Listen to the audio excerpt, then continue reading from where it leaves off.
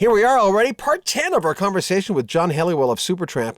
I'm John Beaudin from Rock History Music. If Supertramp, this is from Gary Stuckey, I think his name. He says, if Supertramp started today, would it be successful?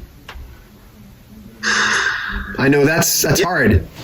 Well, I think if we were all five of us young again today, then I'm sure it would that chemistry would work between us. I'm sure. Yeah, it's rare. It's rare to have. As you can imagine, I talk to a lot of people. I'm sure you do, but it's rare for me to the body of work and what you were involved with. I mean, do you ever stop? It could be that it's just little old me thing. Some people go, well, it's just me, but that was an amazing contribution to rock and roll. I mean, what you guys created together as a 5-man unit. I mean, do you ever shake your head and go, wow? Yeah, I think I look back and my main thing is feeling very proud of what we've done, and the whole thing just kind of happened naturally. Yeah. It was just because of the 5 different people. Everybody had their contribution to it in different ways, and everything just gelled and became greater than just 5 people. It became more than that. Yeah. Greater than the sum of its parts. Right. David Mendenhall's a quirky guy. He's gave me the most interesting question. What size 7.5? Nope. I like the way you think. The necklace. Oh, the necklace. You want the long version or you want the short version? You're John Helliwell. You tell me whatever version you want. Well, I've been wearing this since 1977, and in my book, I mentioned earlier on a book about hotel room shots. There's the shot from that night, and it's at night. I decided to do this shot particularly at night, and there's a reflection of the harbour. It's Virginia Beach. What's the state? It's near Norfolk in Virginia. Obviously Virginia Beach. We'd done a concert there, and I went out the back of the concert after the concert to get a bit of fresh air.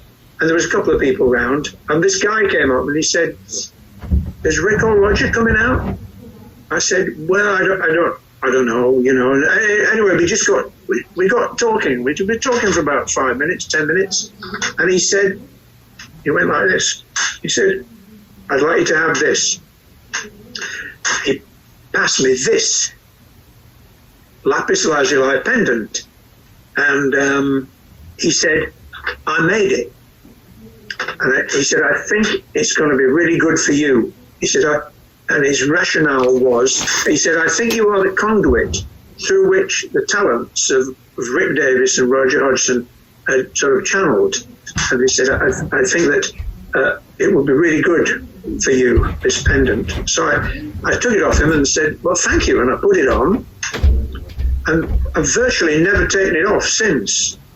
But his name, interesting enough, is John C. House III.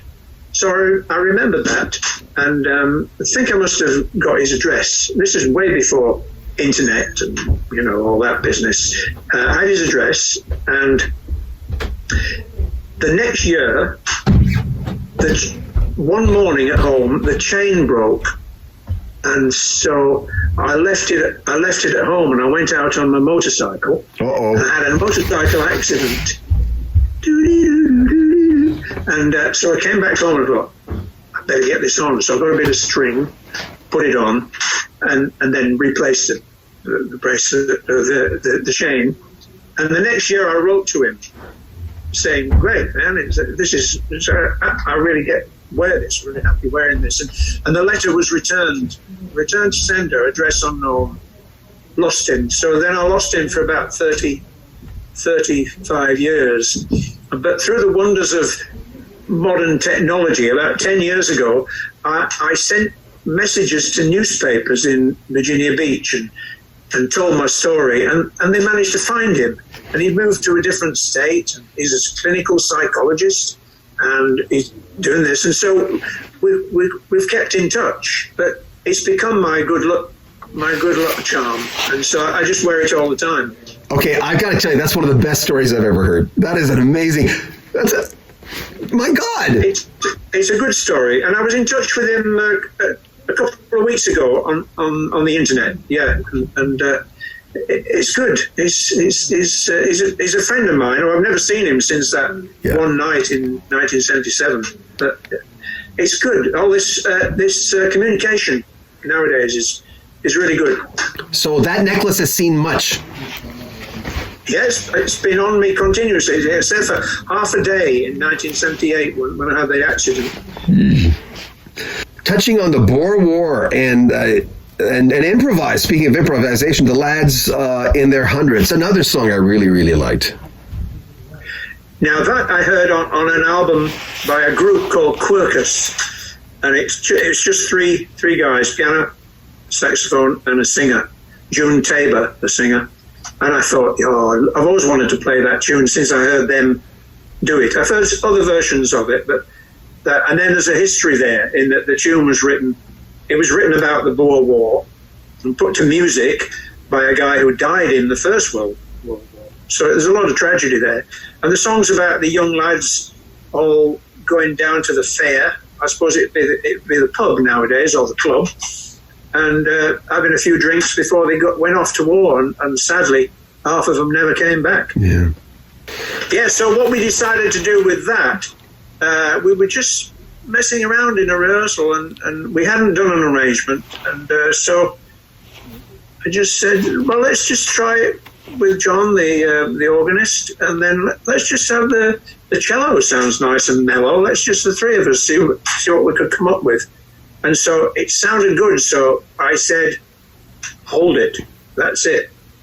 No more rehearsals. No, we didn't even rehearse it, we just thought it would sound good. So when it came time to do the gig, which was recorded and filmed, we just played it, we just winged it, completely winged it, no music. Mm-hmm.